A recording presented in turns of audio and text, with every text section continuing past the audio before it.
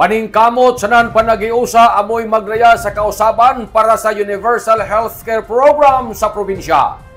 Ang Universal Healthcare is about making sure na tanan Surigao maka-access ng check-up, tambay sa non-hospital care nga dili magkabayaka sa gasto. Ang tumong nato, simple ra. Kini amoy tagluwatang pamahayag ni Provincial Governor Lyndon Barbers nga ang healthcare patas, affordable, sa nansuod bisan pa sa pinakaladyo na barangay. Matud pa ni Governor Barbers na ija na tag-prioritize ang pag-upgrade sa district hospitals, pagproseso sanan na sakto na licensing sanan pag-upgrade sa mga fasilidad ng ato mga district hospitals sanan ang ato a provincial hospital para sa mas ligon sanan epesyente na mga serbisyo sa Maradjao na panlawas. Dugang pa nga pinaagi sa serbisyo karaban na ato tagpaigadyon matod sa gobernador nga sa matag tuig o sa makaduha sa matag tuig mas tagpaduol nato ang katawan na importante na mga serbisyo. Gobyerno mismo ang musuod sa mga tao para maghatag ng serbisyo. Ini na pasidungog isip top performing province nga nagpakita ng ato pagpaningkamot sa nan panagiusa nagdayag gajud ng tinuod na kausaban sa kinabuhi ng tao.